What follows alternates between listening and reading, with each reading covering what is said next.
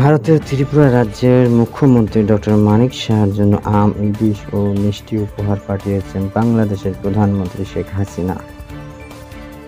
আজ বৃহস্পতিবার দুপুরে ব্রাহ্মণবাড়িয়া আখাউড়া স্থলবন্দর দিয়ে এসব উপহার পাঠানো হয়।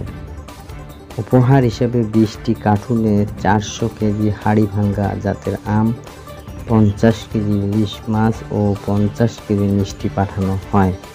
সীমান্তের শূন্য রেখা উপহার সামগ্রীগুলো গ্রহণ করেন ত্রিপুরায় নিযুক্ত বাংলাদেশের সহকারী হাই কমিশন অফিসের প্রথম সচিব রেজাউল হক চৌধুরী ও আল আমিন। উপহার হস্তান্তর সময় সীমান্তের শূন্য রেখায় উপস্থিত ছিলেন আখাউড়া উপজেলার সহকারী কমিশনার বাহাতুল ইসলাম, রাজস্ব কর্মকর্তা আব্দুল কাইয়ুম তালুকদার, স্থলবন্দরের সহকারী পরিচালক Mahmudul Hasan Bappi, immigration incharge Mohammad Khairul Alam Saeed, BGB IPS Agartala customs superintendent Bindu Bhowmik. এ সময় সাংবাদিকদের এক প্রশ্নের জবাবে বাংলাদেশের সহকারী হাইকমিশন অফিসের প্রথম সচিব রেজাউল হক বলেন, বাংলাদেশের প্রধানমন্ত্রী শেখ হাসিনা ভারতের ত্রিপুরার মুখ্যমন্ত্রীর জন্য আম, ইলিশ ও মিষ্টি পাঠিয়েছেন। বাংলাদেশ ত্রিপুরার মধ্যে যে সম্পর্ক সেটি 1971 সালের আগে থেকেই। এই উপহার পাঠানোর মাধ্যমে সেই সম্পর্ক আরও সুদৃঢ় হবে। প্রধানমন্ত্রীর উপহার সামগ্রী আমরা ত্রিপুরা মুখ্যমন্ত্রীর হাতে তুলে দেব।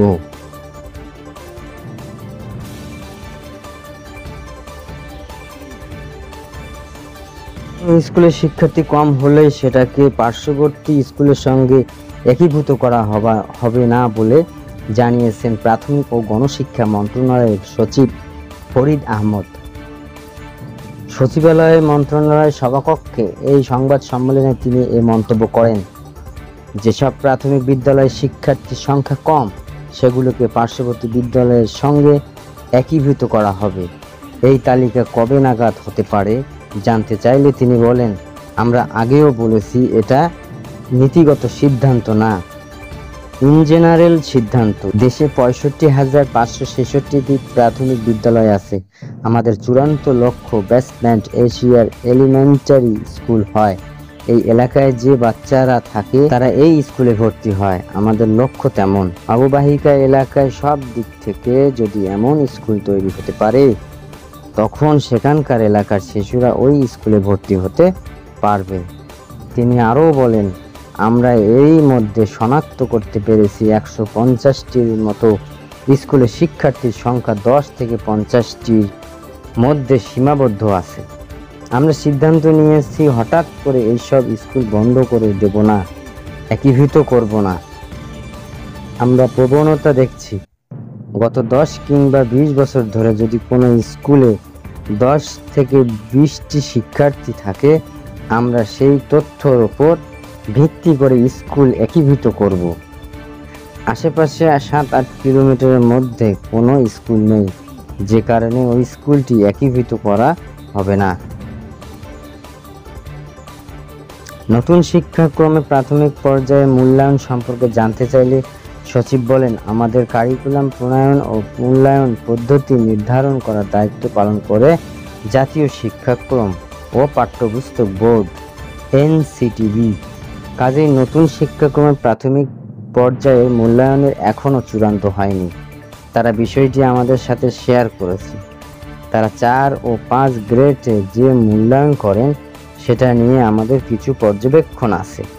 আমাদের প্রাথমিক মূল্যায়ন কিভাবে হলে ভালো হয় সেটা নিয়ে আমাদের কিছু পর্যবেক্ষণ আছে।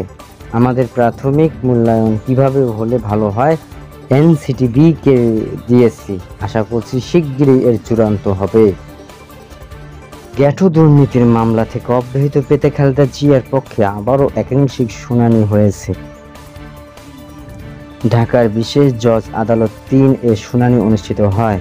খালেদা জিয়ার পক্ষে শুনানি করেন অ্যাডভোকেট মাসুদ আহমেদ তালুকদার। তিনি প্রথমে শুনানির জন্য সময় আবেদন করেন, কিন্তু আদালত আবেদন না মঞ্জুর করেন। পরে আইনজীবী 1 ঘন্টা শুনানি করেন। খালেদা জিয়ার আইনজীবী মাসুদ আহমেদ তালুকদার বিষয়টি নিশ্চিত করেন। উল্লেখ্য, 2007 সালের 2 সেপ্টেম্বর দুর্নীতি দমন কমিশনের দুদক উপপরিচালক গোলাম শাহরিয়ার চৌধুরী সাবেক 4 দলীয় জোট সরকারের প্রধানমন্ত্রী খালেদা জিয়া, তার ছোট ছেলে আরাফাত রহমান কোকো সহ 13 জনের বিরুদ্ধে তেজগাঁও থানার গ্যাটকো কেলেঙ্কারির এই মামলা করেন। পরের বছর 13 মে খালেদা জিয়া সহ 24 জনের বিরুদ্ধে এই মামলার অভিযোগপত্র দেওয়া হয়।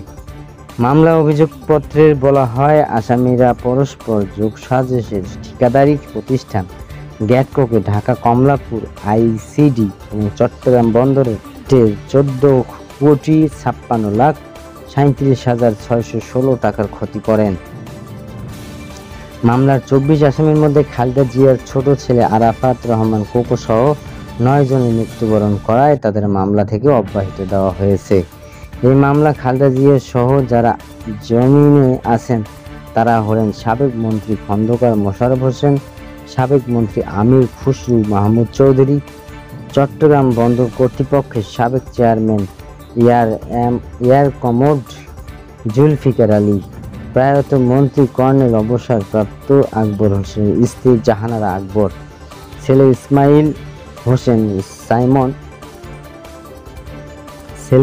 Hossain Simon, global agro trade private limited Gatco পরিচালক শাহজাহান এম হাসিব।